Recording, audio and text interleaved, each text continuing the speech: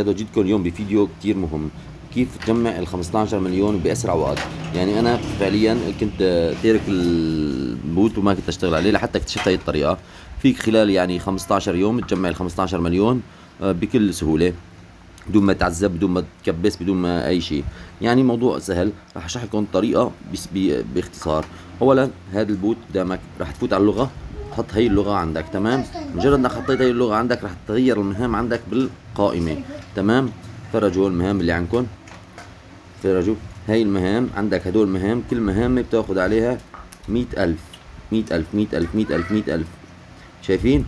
يعني بالمهام فيك تجمع مليون تقريبا كل يوم. يعني خلال 15 يوم فيك تجمع ال 15 مليون. طبعا هدول المهام ما فيك تاخذهم هيك ببساطة. راح اشرح لك كيف راح تحسن تاخذ هدول المهام. اولا راح تفوت على البوت، راح يطلع لك هون بدهم كود منك. فانت ايش راح تعمل؟ مباشرة راح تطلع من هون وتفوت على متصفح هذا افضل. تمام، راح تفوت على هذا المتصفح، تكتب فوق، احفظ هالكلمات هي، احفظهم.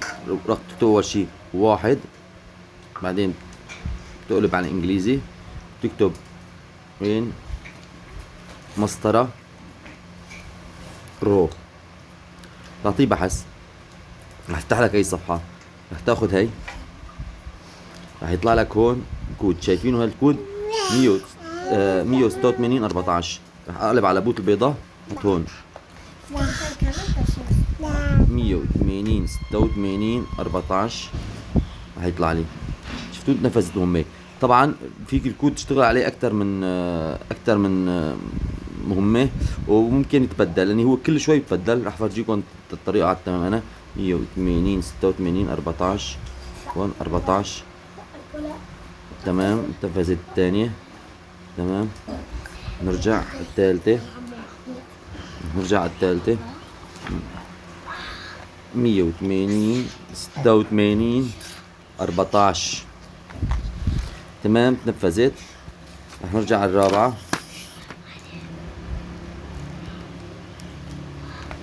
180 86 14. تمام، ممكن نلحق انا الخمس مهام اذا كان الكود نازل جديد. طبعا اذا الكود مو نازل جديد يعني فيك ترجع تعمل نفس الطريقه، تطلع من الصفحه ترجع تفوت بيعطوك الكود الجديد مباشره، او تحدد الصفحه بيعطوك الكود الجديد مباشره.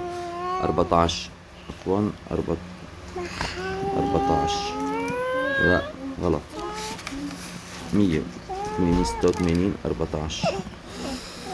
طالوا اعطوني غلط، انه الكود غير صحيح. راح ارجع اعمل هيك، طالوا تغير الكود 249 81.